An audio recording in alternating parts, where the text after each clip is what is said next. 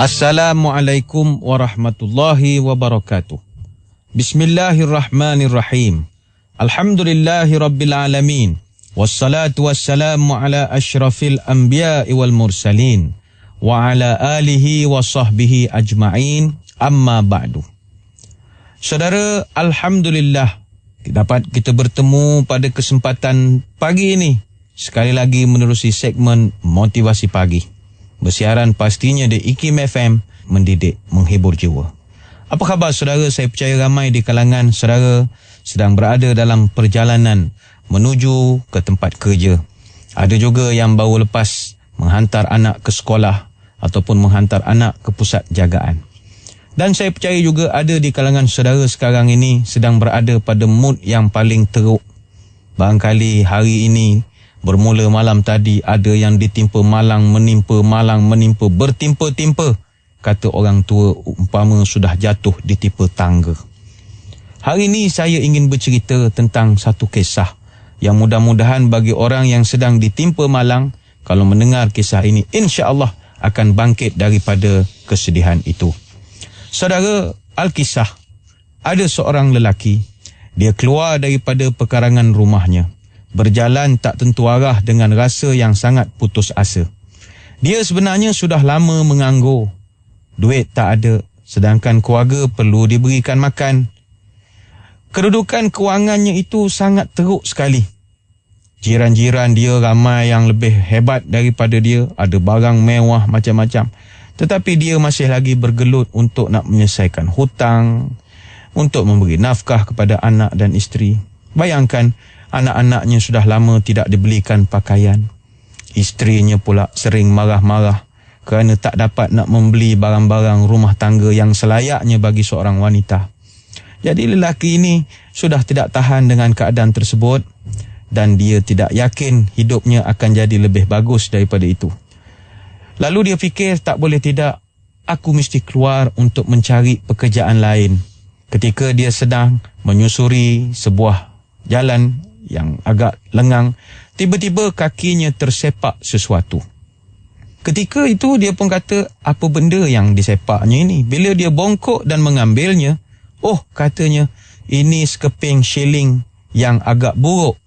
Dia kata, ingatkan dapat duit 50 sen ke, duit 20 sen ke, duit 10 sen. Ini tidak, shilling ni shilling lama. Tapi dia fikir shilling ini shilling antik ni. Lalu dia pun bercita-cita nak bawa lah shilling ini pergi ke bank.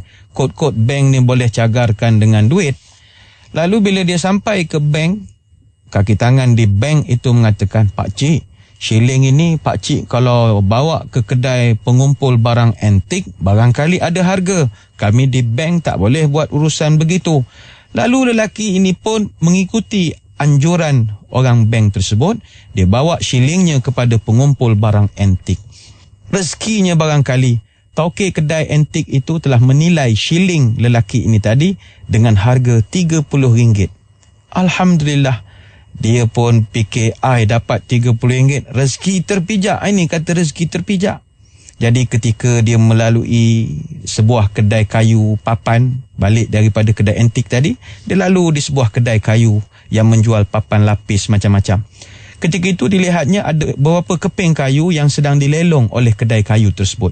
Jadi dia berhasrat nak bina beberapa rak almari untuk isterinya. Sebab isterinya selalu berletih, rumahnya tak macam rumah, almari pun tak ada, nak simpan pinggan macam-macam. Lalu dia pun beritahu kepada tauke kedai kayu ini nak beli kayu tersebut dengan harganya RM30. Lalu bila dapat beli RM30, hasil dia jual shilling itu tadi, dia memikul kayu tersebut balik ke rumah. Dalam perjalanan nak balik ke rumah, dia lalu pula di sebuah bengkel milik seorang pembuat perabot. Ketika dia lalu di situ, pemilik bengkel perabot tertarik pula menengok kayu yang dipikul oleh lelaki tersebut. Kayunya indah, warnanya bagus, mutunya terkenal. Dan kebetulan pada waktu itu, si tukang perabot ada pesanan orang bina perabot khas. Jadi dia telah panggil lelaki yang sedang memikul kayu ini. Dia kata, Pakcik, saya sanggup beli kayu ini. Pakcik nak jual berapa? Saya buka harga RM100. Lelaki ini fikir ini sudah bagus. Beli RM30, orang nak jual RM100. Kata dia, tak apalah, tanpa ragu-ragu, dia pun menawarkan kepada taukir perabot ini, ambillah kayu saya ini. Lalu taukir perabot ini sebabkan dia terlalu gembira, lalu dia pun kata, tak apalah, saya beli harga 100, saya tambah pula lagi, saya beri pakcik ini 1 almari percuma. Dia kata ini memang rezeki, Alhamdulillah. Jadi dia pun kata, tak apalah, saya akan bawa pulang almari ini dulu, nak bagi hadiah pada isteri saya. Dalam perjalanan pulang dia bawa almari ini tadi, dia melalui sebuah kawasan perumahan yang baru. Ada seorang wanita sedang mengubah suai rumah barunya dan wanita itu sedang termenung di luar jendela. Tiba-tiba wanita ini terpandang lelaki tersebut sedang menolak almari yang sangat indah tadi.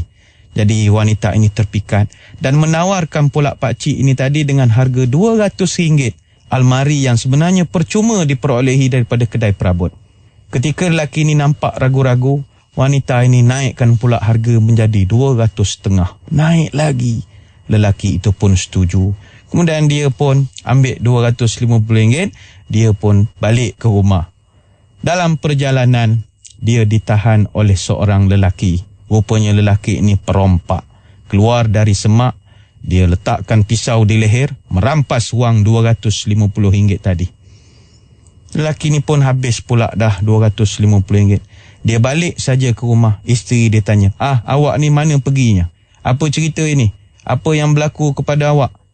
Dia pun ceritalah tadi dia telah dirompak oleh seorang perompak. Isterinya terkejut. Perompak? Apa yang dirompaknya daripada awak? Kata lelaki ini tadi.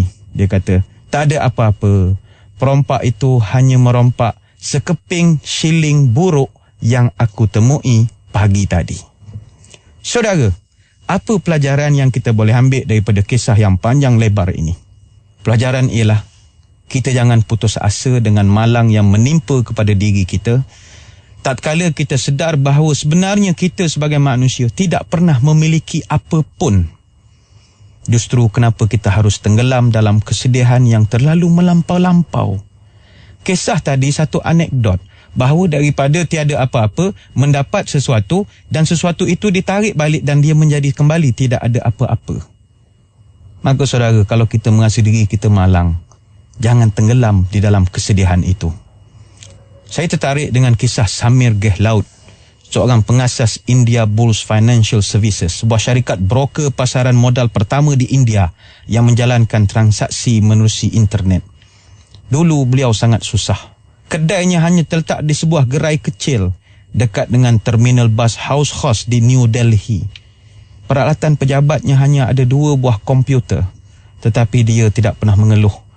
Konsep bisnes internet ini boleh berkembang maju dan rezeki dia dapat pada tahun seterusnya dia telah berjaya menarik ramai pelabur-pelabur.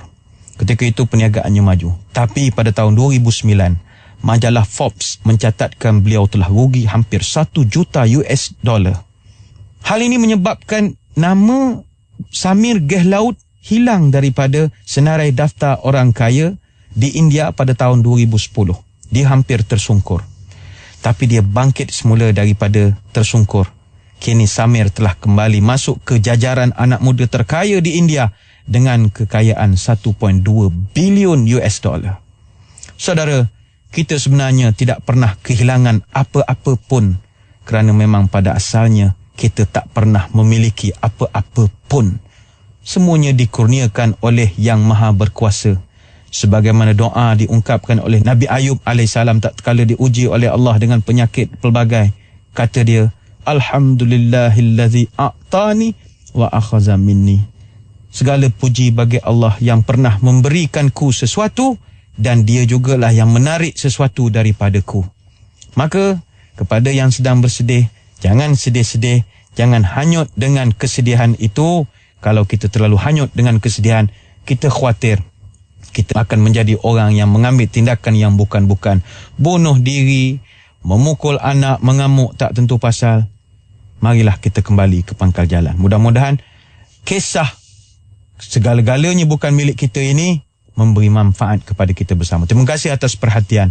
Mohon maaf sebarang kekurangan. Bertemu pada lain kesempatan. Wassalamualaikum warahmatullahi wabarakatuh. Wallahu a'lam.